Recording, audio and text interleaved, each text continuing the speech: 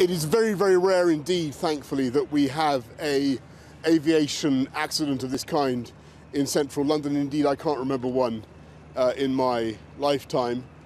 And I think it's obviously a cause of serious public concern and alarm when something like this does happen.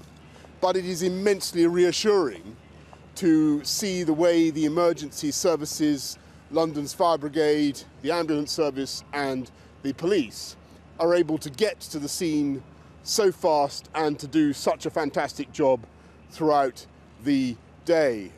Obviously now our thoughts are very much with the deceased, their families and those who've been injured in this terrible accident.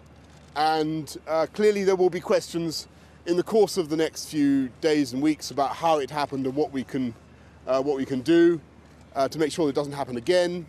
But I think the most important thing now is to let the emergency services get on with doing their work of sorting this out, which they're doing extremely well. I'd be very happy to take any quick questions. Raised some concerns about the amount of air traffic that there is going along the River Thames next to high buildings inevitably, and about the lighting there may or may not be on the crane. There are all sorts of questions that people are asking now about tall buildings, about lighting, about the fog, about the usage of Battersea heliport, and those are very understandable questions in these circumstances because people will naturally want to know that we are doing our level best to make sure that London is protected from aviation accidents of this kind.